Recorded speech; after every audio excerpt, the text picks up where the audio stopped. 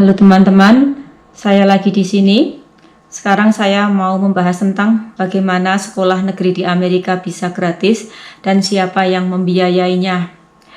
Yang membiayai sekolah negeri di Amerika itu adalah pemerintah daerah negara bagian dan pemerintah pusat. Nah, pemerintah daerah negara bagian itu akan membiayai sekolah negeri di negara bagiannya masing-masing, dan pemerintah negara bagian itu akan membiayainya, prosentasinya akan lebih banyak daripada pemerintah pusat ya. Jadi misalnya tentang gaji guru itu adalah dari pemerintah daerah negara bagian. Kalau konsumsi itu dari pemerintah pusat. Nah, dari mana pemerintah daerah negara bagian dan pemerintah pusat tadi mendapat dana? Ya, salah satu contohnya adalah dari pajak ya. Pajak di sini ada masyarakat membayar dua jenis pajak, yaitu pajak daerah negara bagian dan membayar pajak pusat. Nah, saya beri dua contoh tentang pajak di sini adalah pajak pendapatan dan pada pajak penjualan. Nah, pajak pendapatan itu misalnya masyarakat dengan pendapatan di atas standar, gajinya atau pendapatannya akan dikenai pajak atau membayar pajak. Bagi masyarakat yang pendapatannya di bawah standar tidak dikenai pajak. Nah, untuk jual beli, pajak jual beli, di sini contohnya bisnis kecil di sini. Walaupun bisnis kecil di sini harus ada izin ya, ada izin bisnis. Jadi nanti kalau menjual barang-barang, nanti barang-barangnya semuanya harganya akan ditambah pajak daerah dan pajak pusat.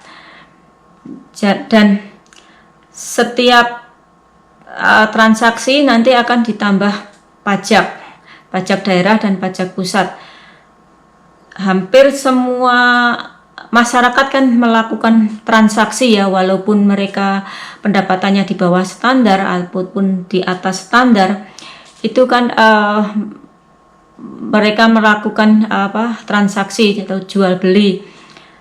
Nah, jadi hasilnya tadi masuk ke pemerintah daerah dan pemerintah pusat, yaitu pajaknya tadi.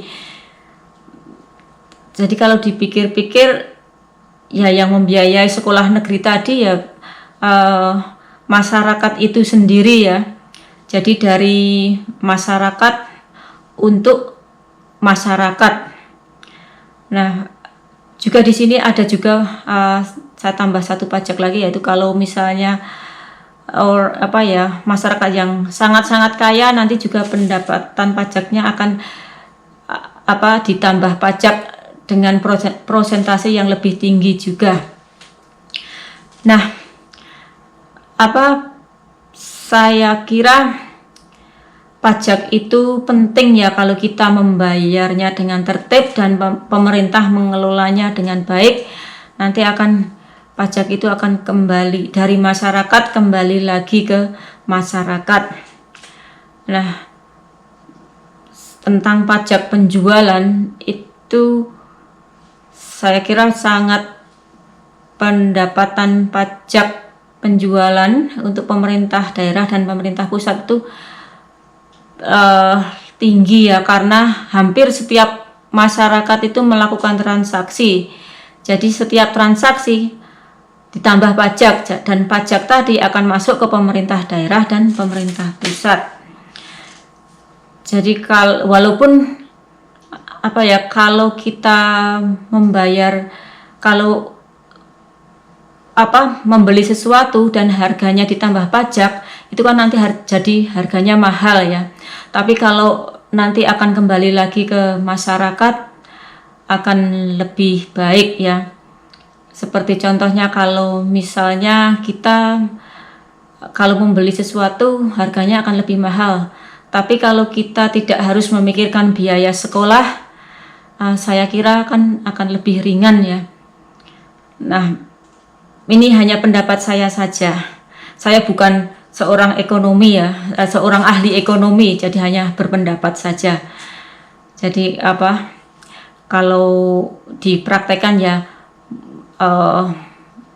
banyak memerlukan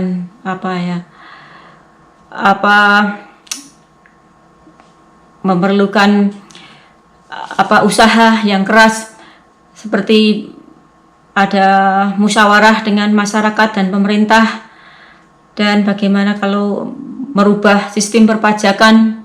Nah, itu kan akan banyak melakukan musyawarah, dan tentu saja lebih penting lagi kalau juga masyarakat harus percaya juga sama pemerintah untuk mengelola pajak itu.